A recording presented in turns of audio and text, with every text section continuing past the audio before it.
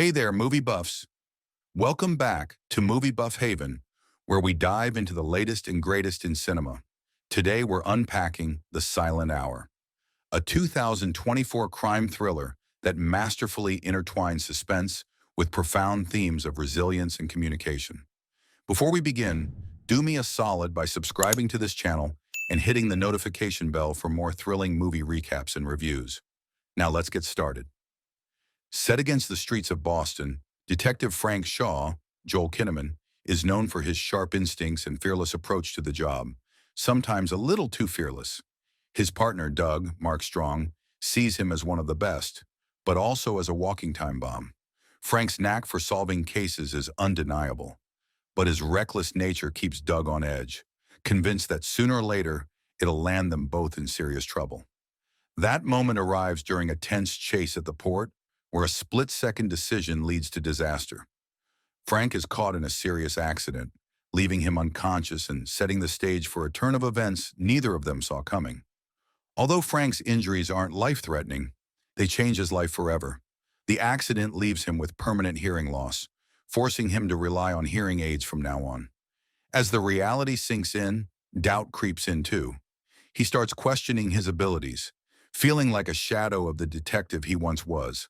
The weight of it all hits hardest when he refuses to attend his daughter's recital, telling her he won't be able to truly enjoy her singing anymore because he can't hear right. In the weeks that follow, the hits just keep coming for Frank. His doctors deliver another devastating blow. His injury is too severe for cochlear implants, and it's only a matter of time before even hearing aids won't make a difference. The worst part, he's told to avoid loud noises entirely, a near impossible task for a detective, and to start learning sign language if he wants to stay ahead of the inevitable. As Frank struggles to come to terms with what his future might look like, his past comes calling. His former partner, Detective Doug Slater, pulls him back into the action. Frank gets called to a homicide scene where two men have been found dead. The place is swarming with cops, the flashing lights and blaring sirens creating a chaotic blur of noise. Overhead, helicopters buzz like an angry swarm, and for the first time, the doctor's warnings hit home. The sound is overwhelming and disorienting, enough to make him wonder if he still belongs in this line of work. Later that night, Slater finds him at a bar, nursing a drink and wrestling with his doubts. But Slater's got something better. News. They have a witness, but there's a problem. She's deaf, and the department's interpreter won't be available until next week. They need answers now. And as it turns out, Frank is the only one who knows sign language. The witness, Ava Fremont, had been in the alley the night of the murder.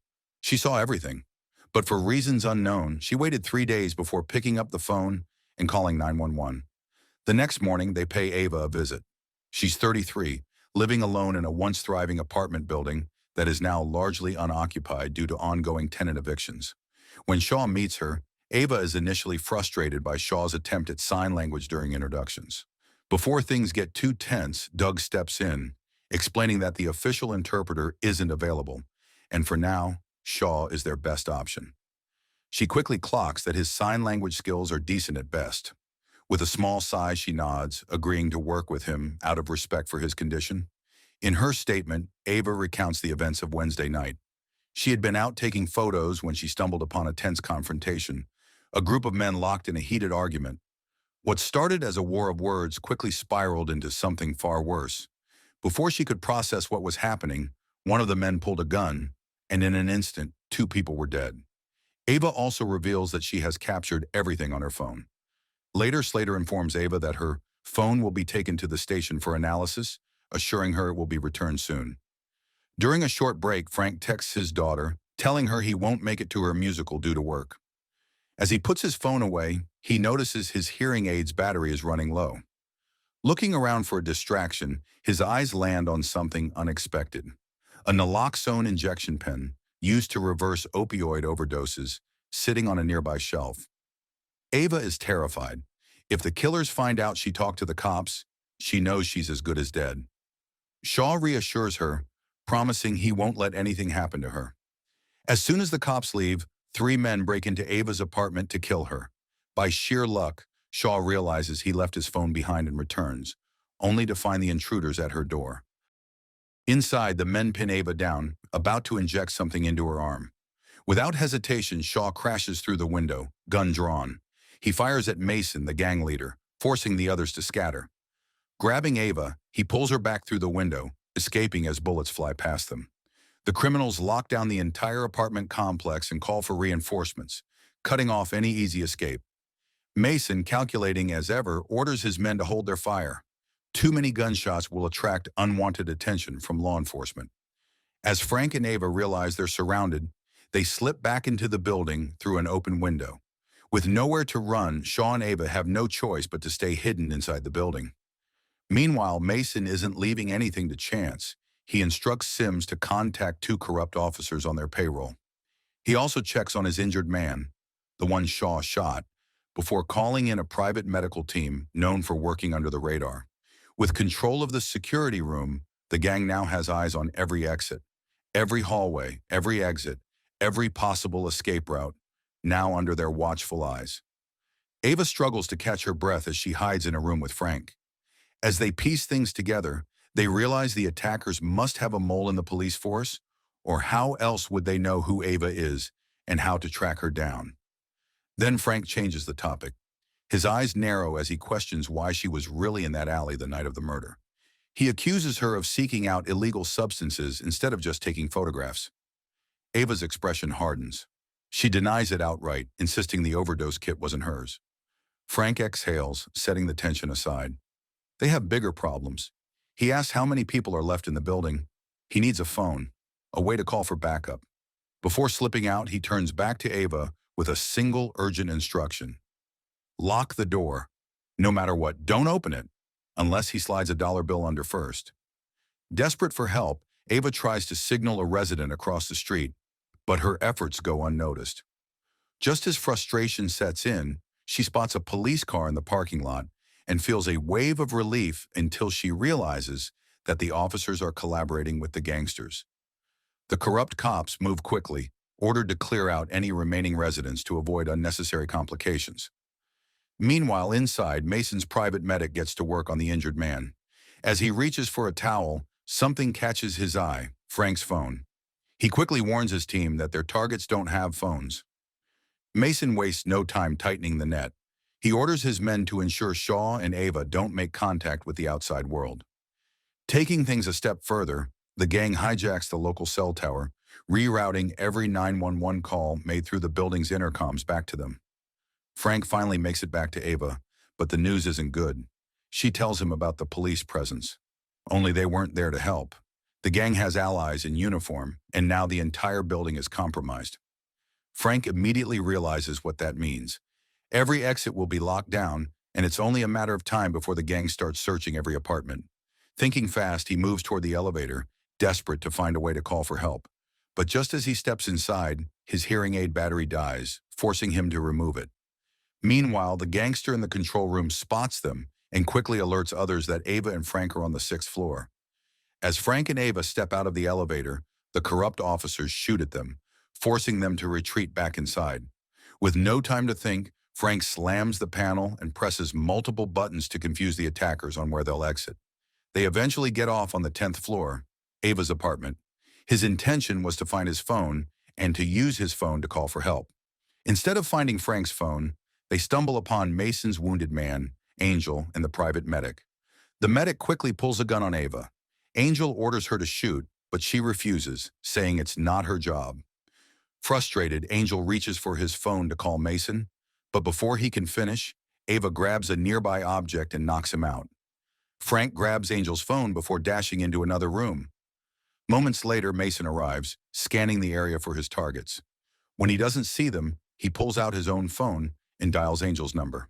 From her hiding spot, Ava notices the action and quickly silences the phone to avoid detection.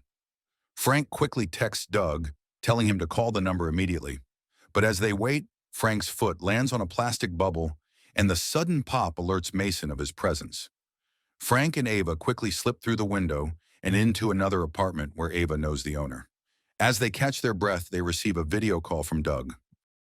Frank quickly fills Doug in on the situation, the number of armed thugs patrolling the building, every exit locked down, and no safe way out.